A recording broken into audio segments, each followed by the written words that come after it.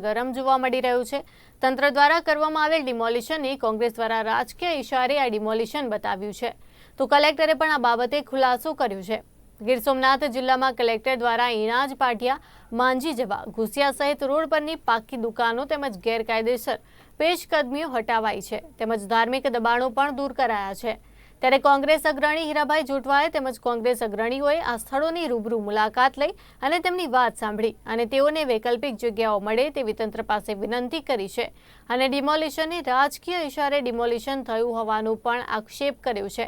ત્યારે તંત્ર દ્વારા અવારનવાર નોટિસો ફટકારી અને સરકારી જમીનો પર પાકી ઇમારતો અને બાંધકામ કરી મોટા ધંધા કરનારા ગેરકાયદેસર બાંધકામ તોડી પડ્યા હોવાનું જણાવ્યું છે અને સરકારી કામ તેમણે કરેલું હોવાનું જણાવ્યું છે।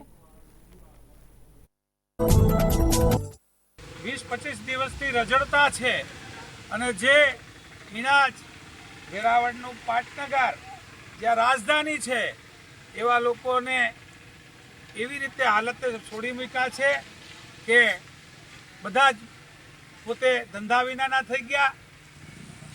જાણતા ખબર પડી કે 21 જણામાંથી 7 જણા મધ્યમ વર્ગના હશે, પણ 14 જણા તો ખૂબ ગરીબ છે। એમની તાવડી, એમનો રોટલો, એમની કોઈ ચિંતા ના કરી, તો એમની બાજુમાં અમને હંગામી ધોરણે પણ 21 દુકાનો આપવી જોઈએ। અમારી સાથે અમને સાંભળવા જોઈએ। અમારી કરમની કઠણાઈ એ છે કે અમે અમારા ગામમાં જ કલેક્ટર સાહેબ બેસતા હોય, ડીડીઓ સાહેબ બેસતા હોય, એસપી સાહેબ બેસતા હોય અને એ વખતે અમારા ગામના ગરીબ લોકો જ્યારે રજડે છે અને એ પણ રાજકીય ઇશારો હોય, જ્યારે ધમકીની ભાષાઓ જાહેર સ્ટેજ ઉપરથી થતી હોય ત્યારે મારે અહીંયાથી તંત્રને વિનંતી કરવી કે અહીંયા મધ્યસ્થી થઈને રસ્તો ચોક્કસ નીકળી શકાય કે આમ જોઈ શકાય કે એટલી મોટી જગ્યા જેમણે આપી એ જગ્યાના એક ખૂણા ઉપર આ લોકોને 21 દુકાન જેટલી કાયમી નહીં તો હંગામી ધોરણે એમના ધંધો તાત્કાલિક ચાલુ કરે।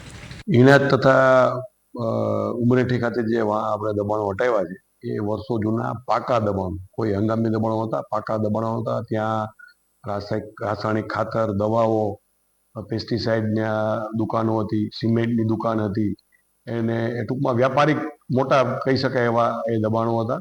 અને એ વોટરવે જે હતો, જે આરએનબી અને ફોરેસ્ટની જગ્યા હતી, એમાં વોટરવે ડિસ્ટર્બ થતો હતો, એમાં બનેલા દબાણો હતા। અગાઉ અવારનવાર આરએનબી અને ફોરેસ્ટ દ્વારા એને નોટિસો પણ આપવામાં આવી હતી અને આ લોકો છે એ દબાણો તેને સમજાવવા છતાં હટાવતા નહોતા। હવે આપણે જાણો છો કે વર્ષા ઋતુમાં અહીંયા જે પાણી આવે છે એમાં આ ઇણાજ ચોકડી અને ઉમરેઠી ત્યાં 4-4 ફૂટ હાઈવે ઉપર પાણી એ છે ભરાઈ જતા હતા। એના કારણે હજારો લોકો નુકસાન થતું હતું અને એ લોકો પહોંચી શકતા નહોતા એમના ડેસ્ટિનેશન ઉપર। કોઈ ઇમરજન્સી ઊભી થાય મેડિકલ, તો એ એમ્બ્યુલન્સ પણ નીકળી શકે નહીં એવી પરિસ્થિતિ આ હાઈવે ઉપર થતી હતી। એના કારણે આ દબાણો છે એ દૂર કરવામાં આવ્યા હતા। એટલે હાઈવે એકદમ સાંકડો થઈ ગયો હતો। અવારનવાર અકસ્માતો પણ અહીંયા થતા હતા, બ્લાઇન્ડ સ્પોટ પણ ઊભા થતા હતા। એટલે ડ્યુ પ્રોસેસ નોટિસો આપી, પહેલા સમજાવી અને પછી આ ખાલી કરેલ છે।